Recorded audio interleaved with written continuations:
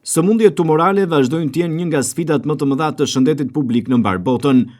Kanceri është ndër shkaqet kryesore të vdekjeve globale, me miliona raste të reja të diagnostikuara çdo vit, teksa rastet më të shpeshta përfshin kancerin e mushkrive, të gjirit, të zorrës së trashë dhe prostatës. Në raportin më të fundit theksohet se numri i rasteve pritet të rritet ndjeshëm në dekadat e ardhshme si pasojë e plakjes së popullsisë, stilit të jetesës jo të shëndetshëm, ndotjes së mjedisit dhe faktorëve të tjerë të riskut. Pirja e duanit, konsumimi i alkoolit, mungesa e aktivitetit fizik dhe dieta e pabalancuar mbeten ndër shkaqet kryesore të formimit të tumoreve. Në vendin tonë, sëmundjet tumorale përbën gjithashtu një shqetësim serioz. Numri i rasteve të reja është në rritje nga viti në vit, ndërsa moshat e prekura po shfaqin tendencë ulje.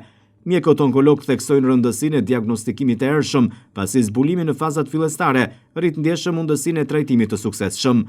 Në Shqipëri, kanceri renditet për shkaqet kryesore të vdekshmërisë, duke ushtruar presion të madh mbi sistemin shëndetësor publik.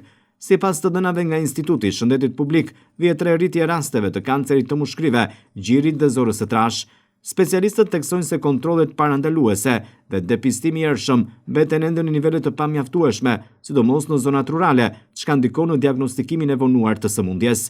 Në nivel global, vendet e zhvilluara kanë investuar në teknologji moderne për trajtim, përfshirë terapinë e synuar dhe imunoterapin, të cilat ka rritur ndjeshëm shkallën e mbijetesës për disa lloje tumoresh. Ndërkohë, vendet në zhvillim përballen me mungesë burimesh dhe akses të kufizuar në trajtime të avancuara. Ekspertët e shëndetit publik theksojnë se parandalimi mbetet arma më e fortë kundër kancerit, një stil jetese i hershëm, vaksinimi kundër virusit HIV, vaksinimi kundër virusit HPV, kontrollet periodike dhe informimi vazhdueshëm i qytetarëve janë hapat thelbësor për uljen e rrezikut.